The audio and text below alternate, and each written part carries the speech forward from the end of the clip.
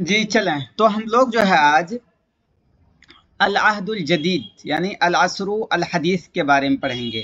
العصر الحدیث میں عربی ادب کیسا رہا، کیسے پلا بڑھا، کیسے وجود میں آئے، یہ ساری چیزیں پڑھیں گے۔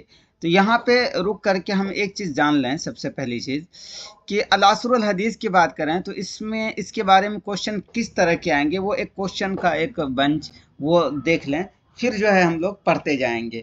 تو کوشچن اس میں کیا آئے گا، فار ایگزامپل کہ العصر الحدیث کا آغاز کب ہوا، ٹھیک ہے، ایک چیز متی بدأ العصر الحدیث، اوکے۔ جیسے کہ نپلیون کے آنے سے مصر میں العصر الحدیث کا آغاز ہوا، ایک سوال اس طرح۔ اور دوسرا سوال اس میں اس طرح سے آ سکتا ہے کہ نپلیون جو ہے مصر میں کب آیا، کب حملہ کیا، اوکے۔ اور تیسرا سوال یہ ہو سکتا ہے کہ العہد الحدیث میں عربی ادب کے اندر جو ترقی آئی اس کے کیا کیا ریزنس ہیں، تو یہ چیزیں ہیں۔ اس کے بعد پھر بات یہ آ جائے گی کہ العصر الحدیث میں کے شاعر جو ہیں کون زعیم الشعراء ہیں، اوکے۔ اور اس دور میں کون کون سا اسلوب رائج تھا۔ پھر اس میں ادب کا العصر الحدیث کے اندر کون کون سے نئے ادبی صنف وجود میں آئے، جیسے کہ قصہ ہوا، روایہ ہوا، الشعر الحر ہوا، یہ ساری چیزیں۔ پھر ایسے ہی روایہ ہے تو ان کے کیا کیا اسٹیجز ہوئے، یہ ساری چیزیں ہم لوگ پڑھیں گے اور اسی طرح کے کوشچن آئیں گے۔ پھر جو ہے جو الگ الگ وہ ہیں ناول نگار، ٹھیک ہے، ناولسٹ اور قصہ لکھنے والے، ان کے بارے میں پوچھا جا سکتا ہے۔ تو اس طرح سے کوشچن ہوں گے، تو چلیں ہم اسی حساب سے پڑھتے چلیں گے، ایک خاکہ ذہن میں آ جانا ضروری ہے۔ چلیں سب سے پہلے ہم یہ سمجھتے ہیں یہاں پہ کہ العصر الحدیث سے پہلے ایک عصر تھا عصر الانحطاط کا، ٹھیک ہے، العصر الانحطاط کا۔ تو العصر الانحطاط کس کو بولتے ہیں؟ العصر الترکی کو بولتے ہیں۔ اور اس عصر میں عربی ادب بہت ہی نیچے کی طرف عربی ادب جا رہی تھی، ٹھیک ہے، نیچے کی طرف انحطاط کا شکار تھا، کیونکہ لوگ اسلوب جو تھا بہت ہی مسجع مقفع عبارت ہوا کرتی تھی، اور جو وہ ہونی چاہیے ایک طرح کی پیغام، وہ چیزیں نہیں ہو پا رہی تھی۔ اس میں اسلوب تھا وہ رائج، مقامہ لکھنے کا رواج تھا، ٹھیک ہے۔ تو اس کے بعد العصر الحدیث جب آیا تو العصر الحدیث میں عربی ادب پھر سے ابھرا۔ اب سوال یہاں پہ یہ ہوتا ہے کہ عصر الحدیث میں جو عربی ادب ابھرا، دوبارہ وجود میں آیا، تو اس کے کیا کیا ریزنز ہیں، ٹھیک ہے۔ تو اس کا جواب یہ ہے کہ جو عرب کے لوگ ہیں، عرب کے لوگوں کا تعلق مغرب کے لوگوں سے ہوا، ویسٹ کے لوگوں سے ہوا۔ تو جب ویسٹ کے لوگوں سے تعلق ہوا اس کے عرب کے لوگوں کا، تو پھر کیا ہوا کہ ویسٹ کے لوگ جو لٹریچر لکھا کرتے تھے ان کو دیکھنے کے بعد عربی ادب میں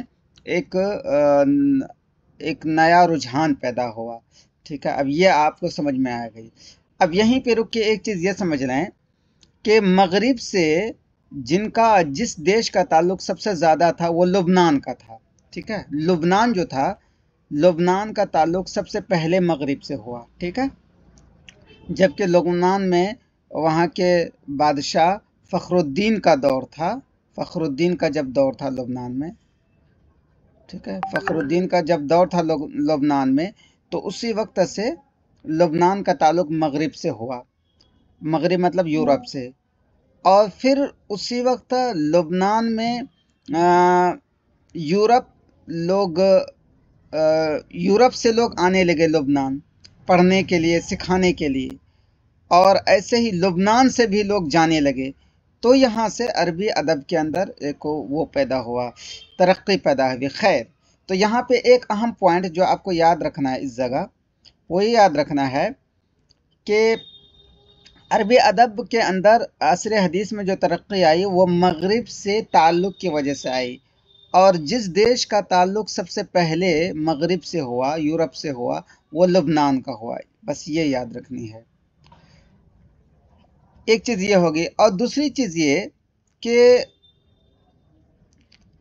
अरबी अदब के अंदर जो तरक्की आई नए ज़माने में, उसकी एक वजह यह है कि जी जी बोलिए बोलिए बोलिए। कर रहा हूँ जो हाँ जो निकाल रहेगा ना, क्या? इबारत के साथ मिला देना काम है। अच्छा ठीक है, इबारत के साथ मिला दूंगा। बता ओके रहा ओके ठीक है के साथ मिला ठीक है ठीक है ठीक है। हाँ, ओके, मैं इबारत ही के साथ मिला रहा हूँ। ओके ना, मैं इबारत के साथ ही मिलाता हूँ। ये देखिए, अब ये देखें, यहाँ पे अब ये देखें, मैं इबारत के साथ मिला देता हूँ। एक यहाँ पे दूसरी पीडीएफ पहले दे देता बहुत अच्छा होता।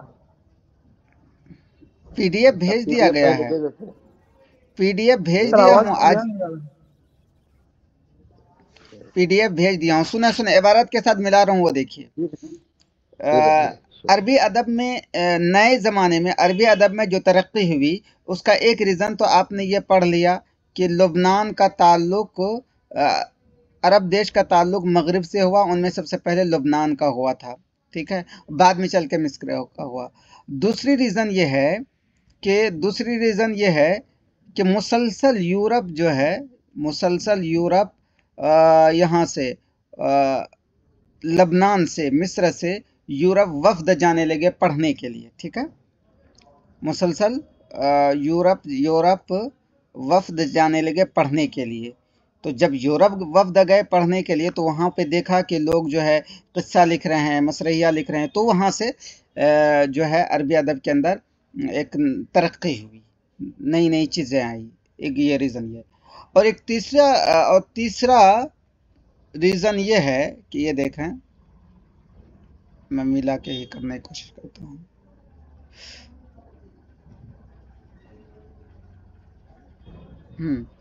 और तीसरा रीज़न ये हुआ कि अरब मुल्कों में, खुसूसन मिस्र में और लबनान में मदरसे बनाए गए, नए नए मदरसे बनाए गए, स्कूल बनाए गए। और स्कूल में पढ़ाने वाले वो लोग होते थे जो कि यूरोप का सफ़र करके आते थे, ठीक है, जो लोग यूरोप का सफ़र करके आते थे। तो इसकी वजह से अरबी अदब में तरक्की हुई। ओके, और तीसरी चीज़ ये कि यूरोप में जब मिस्र में और लबनान में छापे खाने आए, ठीक है, जब छापा खाना आया, तो छापा खानों की वजह से भी अरबी अदब को तरक्की मिली, ठीक है। तो अब यहीं पे रुक कर के एक चीज़ ये समझें कि अरबी मुल्क में, अरब कंट्री में सबसे पहले जो मतलब छापा खाना आया, सबसे पहले वो कब आया और कहाँ आया, और उस छापे खाने का नाम क्या था? तो देखें, सबसे पहला जो छापा खाना था वो था ये मतबाअतो दैरी क़ज़हिया, ठीक है, मतबाअतो दैरी क़ज़हिया। ये 1610 में आया था, ठीक है, 1610 में आया था मतबाअतो दैरी क़ज़हिया, सबसे पहला छापा खाना। और ये तो हो गया। सर आवाज क्लियर नहीं आ रहा है। आपके पास प्रॉब्लम होगा नेटवर्क का।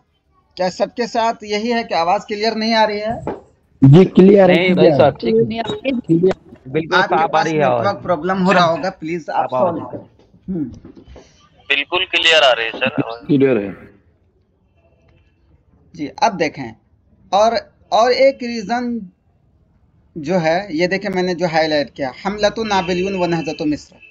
और एक रीज़न अरबी अदब की तरक्की का असर हदीस में ये है कि नेपोलियन ने मिस्र पे हमला किया था, ठीक है।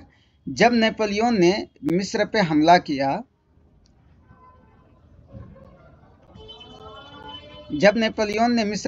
किया, तो वो सिर्फ हमला ही नहीं किया, बल्कि अपने साथ इल्मी लोगों को लाया था, अपने साथ बड़े बड़े साइंटिस्ट को, उदबा को लाया था, और बड़े बड़े टीचर्स को लाया था। तो मिस्र पे हमला करने के साथ साथ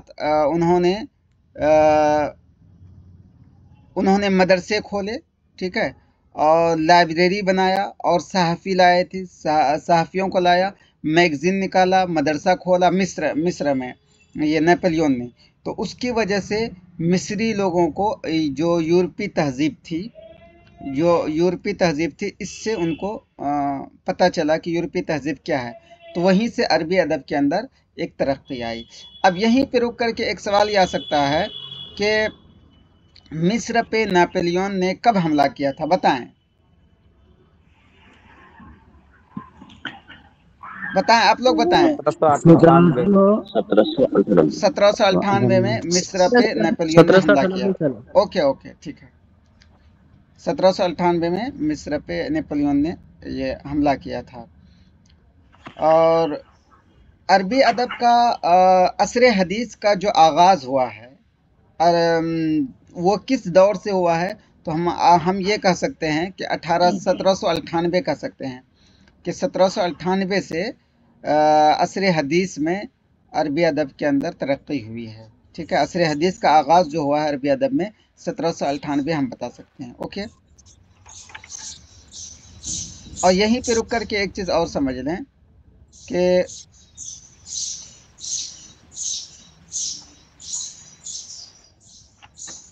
ये जो मोहम्मद अली थे ना, मोहम्मद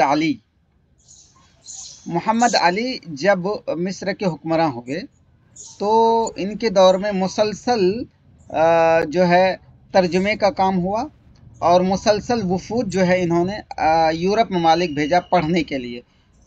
ठीक है, उसके बाद फिर जब इस्माइल का दौर आया, खदे इस्माइल का दौर आया, ठीक है, तो उस वक्त और भी ज़्यादा वफूद जाने लगे और खदेब इस्माइल के दौर में बहुत ज़्यादा इल्मी काम हुए, तो यहाँ से भी अरबी अदब के अंदर तरक्की आई।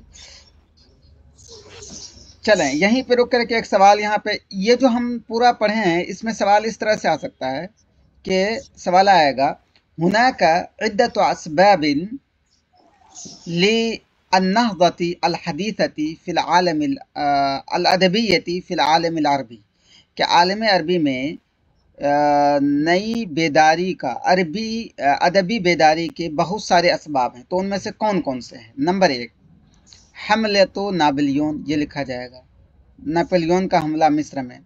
नंबर 2 अल वफूदुल बअसाती अद्दरासियती इला अरूबा, कि यूरोप जो है अरबी वफूद गए। ठीक है, सुनिएगा गौर से। नंबर 3 इंशाउल मदारिसी, मदारिस बने। नंबर 4 ज़ुहूर तिबाअती या ज़ुहूर मतबाअती, छापा खाने का आगाज़ हुआ अरबी मुल्क में। नंबर 5 इंशाउल मजल्लाती वस्सुहुफ़ी। ठीक है, नंबर 6 कुल्लु वाहिद मिन अस्सलास। तो आप क्या बताएंगे, जल्दी बताइए। कुल्लु वाहिद मिन अस्सलास। जी, आपको बस इसमें यही चीज़ें होगा। और दूसरा सवाल इसमें यह बन सकता है कि मता दखल नापोलियन मिस्र, मिस्र जो है नेपोलियन, मिस्र में नेपोलियन कब आया, तो ये हो सकता है।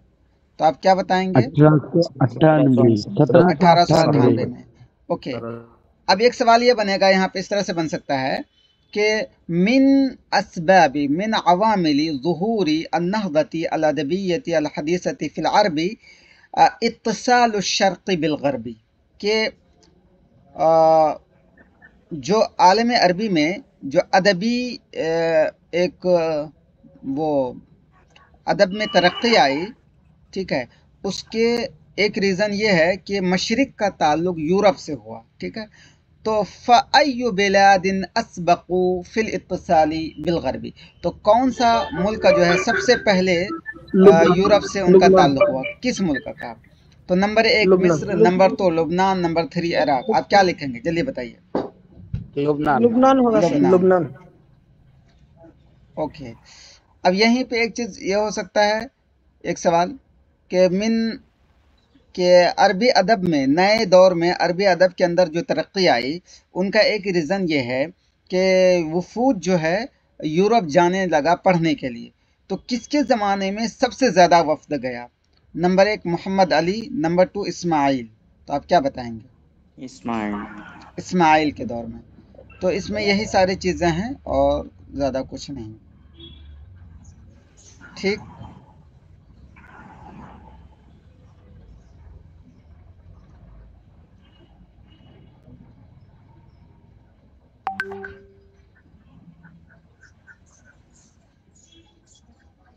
चलें एक चीज़ यहाँ पे पढ़ते हैं कि जो नया दौर है अरबी अदब का जो अल असरुल हदीस है, तो समझ में आएगी वो वाला पहला वाला पेज?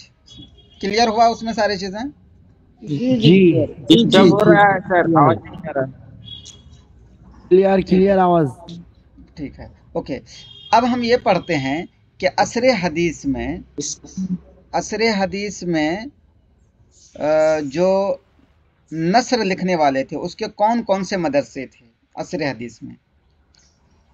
नसरुल हदीस के कौन कौन से मदरसे थे और जो उसलूब था कौन कौन सा उसलूब था वो हम पढ़ेंगे, ठीक है। तो उनके उसलूब पढ़ने से पहले आइए हम हसन ज़य्याद से एक चीज़ देख लेते हैं।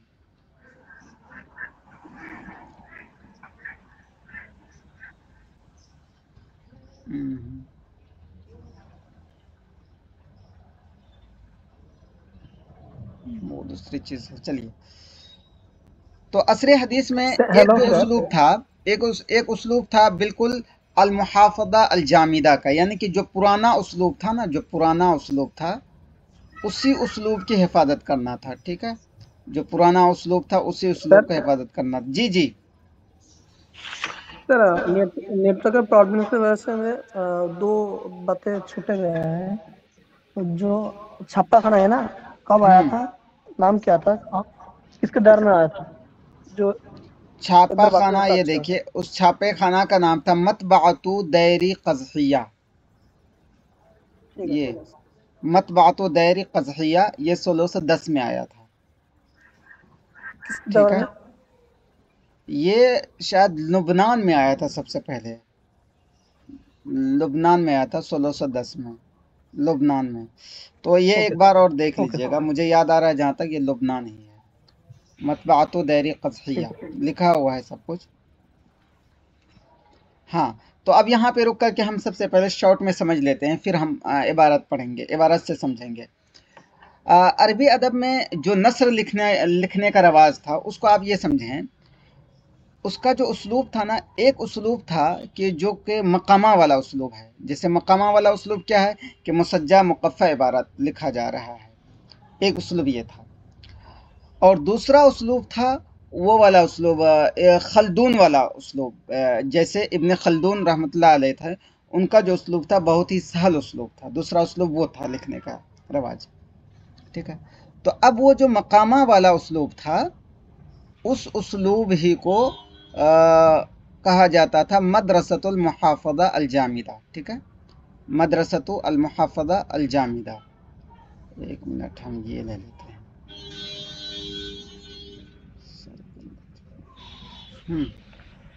मदरसतुल मुहाफ़ज़ा अल जामिदा मकामा वाला उसलूब था।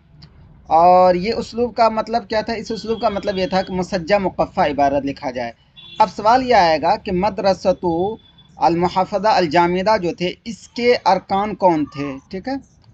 तो इनके अरकान थे नासिफ़ अल याज़ी। अब सवाल आएगा कि मन काना युमस्सिलु फ़िल अस्र अल हदीस मदरसत अल मुहाफ़ज़ा अल जामिदा, कि यानी कि ऐसा मदरसा जो कि बिल्कुल जामिद हो, जो आ रहा है शुरू से, जो उसलूब आ रहा है उसी उसलूब में हम लिखेंगे, यानी कि मुसज्जा मुक़फ़्फ़ा इबारत लिखेंगे और हरीरी के उसलूब में लिखेंगे। तो उस उसलूब के नुमाइंदा करने वाले कौन थे, उस मदरसे को नुमाइंदगी करने वाले कौन थे? तो आप क्या बताएंगे? एक मिनट, ये क्या हो गया? स्क्रीन चला गया। जी जी, स्क्रीन चला गया। एक मिनट में ला रहा हूँ स्क्रीन को फिर से।